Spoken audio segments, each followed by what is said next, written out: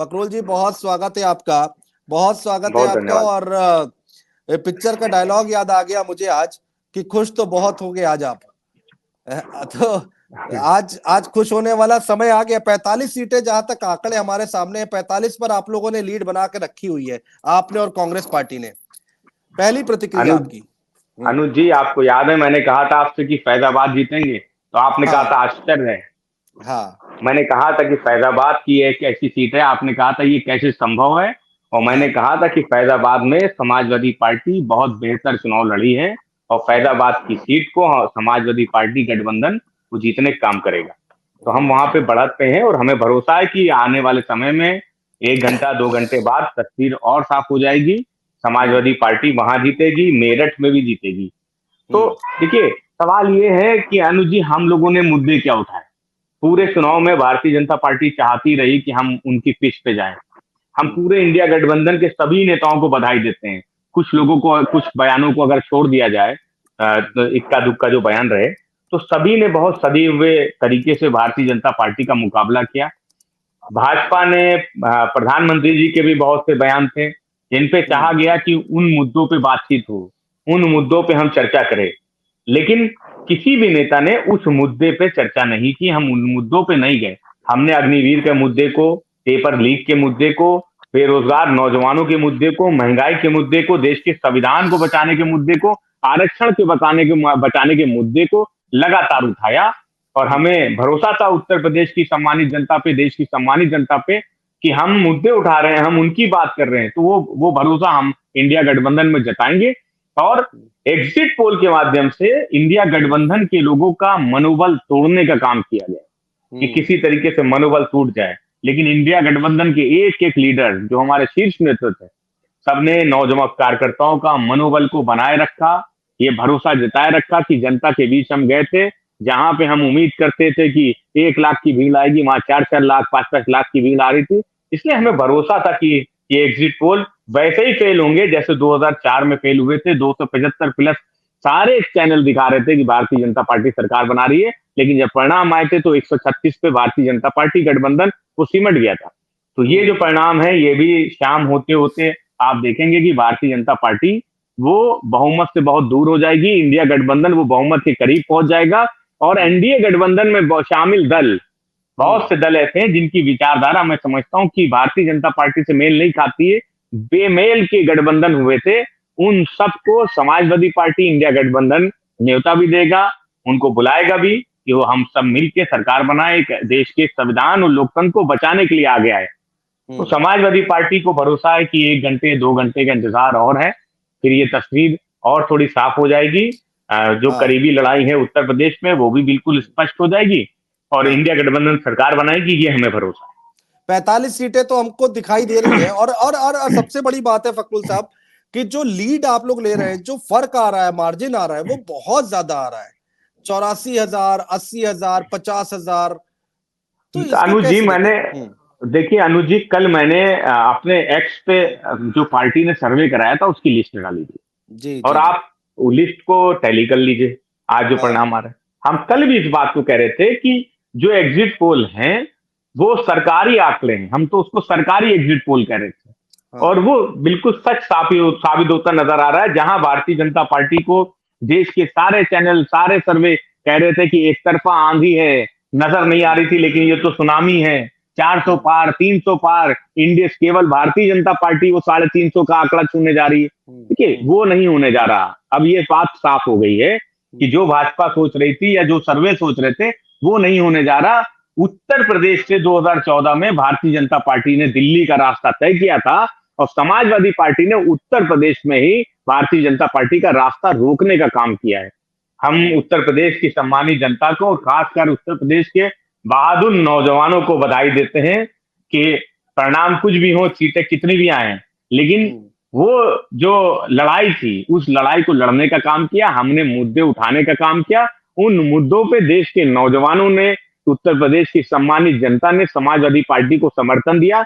और आज जो फिगर नजर आ रहे हैं नेशनल पे, राष्ट्रीय स्तर पे, वो हमें नजर आ रहा है कि समाजवादी पार्टी देश की तीसरे नंबर की पार्टी नजर आ रही है। तो हम अपने समाजवादी पार्टी के सभी कार्यकर्ताओं को भी बधाई देते हैं और उत्तर प्रदेश की सम्मानित जनता को भी बधाई देते हैं कि ये जो आंकड़े नजर आ रहे हैं ये 2 घंटे बाद 3 घंटे बाद परिणाम में तब्दील हो जाएंगे।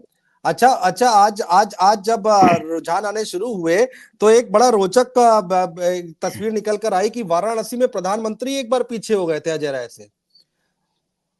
तो इसको ठीक कैसे बात है। देखें? वाराणसी, देखिए वाराणसी में समाजवादी पार्टी का जो संगठन है वो बहुत मजबूत है। हम विधानसभाओं को में जहां वहां पे जब चुनाव हुआ था तब भी वहां पे समाजवादी पार्टी मजबूत थी और जब गठबंधन हुआ तो इसमें कहीं दो राय नहीं है कि अजय राय जी का वहां पे व्यक्तिगत वोट भी है, उनका अपना व्यवहार भी है, उसका फायदा गठबंधन को मिला और वो जो भारतीय जनता पार्टी सोच रही थी कि वाराणसी की सीट पे बिल्कुल साफ हो जाएंगे या वो जो वोट का मार्जिन है वो इतना बड़ा होगा कि कुछ कोई दूसरा नजर नहीं आएगा, कम से कम वो नहीं होने जा रहा है।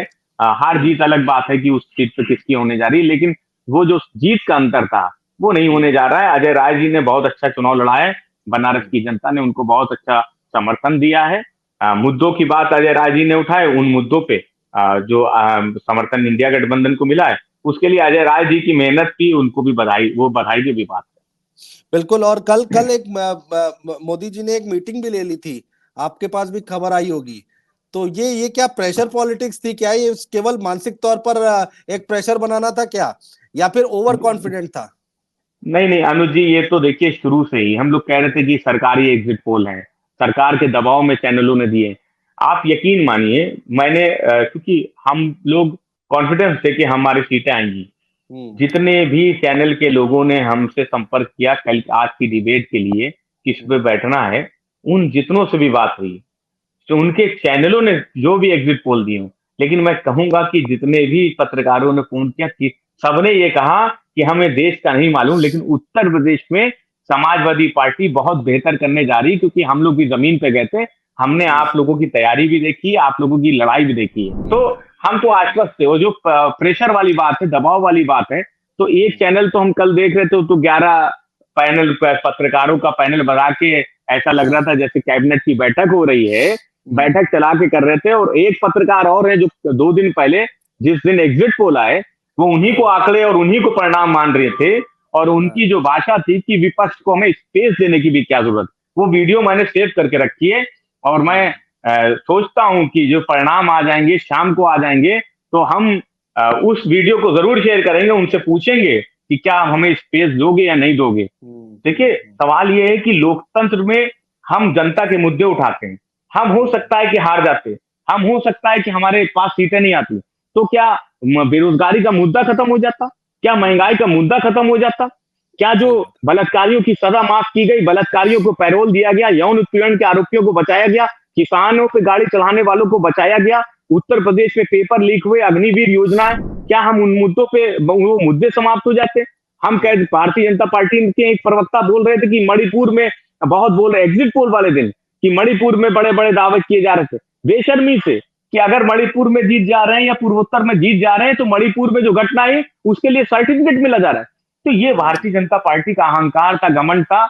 और कहीं ना कहीं कुछ जो भारतीय जनता पार्टी के चैनल्स हैं, मैं तो उनको सीधा सीधा भाजपा का प्रायोजित चैनल कहूंगा, वहां पे भी वो चैनलों ने भी कोई कसर नहीं छोड़ी इंडिया गठबंधन के नेताओं को, उन पार्टी के वर्कर्स का मनोबल तोड़ने के, लेकिन वो सब उनके सबके जितने प्रयास थे वो असफल हुए हैं। समाजवादी पार्टी इंडिया गठबंधन बहुत अच्छा चुनाव लड़ा, बहुत अच्छा परिणाम सामने नजर आ रहा है। एक तरफा जीत जो भारतीय जनता पार्टी 400 पार 300 पार कर रही थी वो नहीं होने जा रहा है, अब वो बिल्कुल साफ हो गया। श्रेय किसको जाएगा इसका, इस जीत का, उत्तर प्रदेश की जीत का? आदरणीय अखिलेश यादव जी, आदरणीय राहुल गांधी जी, पूरे देश में जिस तरीके से मेहनत की हम सबको देंगे। और सबसे बड़ी बात, सबसे बड़ा श्रेय अगर किसी को जाएगा, हमसे पूछिएगा तो मैं इस देश के नौजवानों को श्रेय देना चाहूंगा, जिन नौजवानों ने पेपर लीक के, अग्निवीर के मुद्दे पे इंडिया गठबंधन को वोट दिया। और हम उनको भी बधाई देंगे जो उत्तर प्रदेश के पिछड़े, जिन्होंने इस बात को समझा कि भारतीय जनता पार्टी की सरकारों में जितनी नौकरियां निकली उन नौकरियों में कहीं ना कहीं पिछड़ों को उनका हक नहीं मिला। पिछड़ा आयोग चिल्लाता रहा, देश की न्यायपालिका चिल्लाती रही, लेकिन भारतीय जनता पार्टी ने जो आरक्षण मिलना चाहिए था वो आरक्षण नहीं मिला। तो ये सब मुद्दे थे जिनको जनता के बीच में लेके गए, जनता ने उन पे भरोसा किया क्योंकि वो बिल्कुल सामने थे। तो समाजवादी पार्टी को भरोसा है कि जो रुझान सामने हमें नजर आ रहे हैं वो शाम होते होते इंडिया गठबंधन सरकार बनाएगा, वो परिणाम में तब्दील होंगे। अच्छा, कल जो आप लोगों ने लिस्ट जारी की थी वो लिस्ट मैंने देखी, आपका ट्वीट भी हमने देखा था और उस पर मैंने एक वीडियो भी किया था, स्टोरी भी की थी।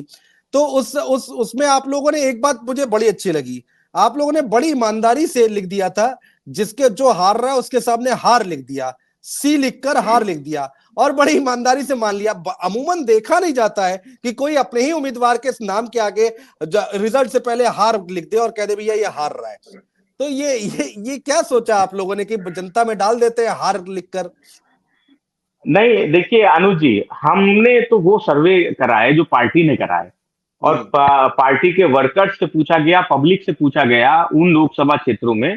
उसके बाद इस रिजल्ट को तैयार कराया, एजेंसी हम लोगों ने हायर की थी, उसके बाद ये लिस्ट तैयार हुई थी। हमने पहले भी कहा था कि समाजवादी पार्टी ने अपना सर्वे कराया है और हमने एक चैनल पे बोल दिया कि जिसका दाना उसका गाना, तो बड़ा बुरा लग गया था।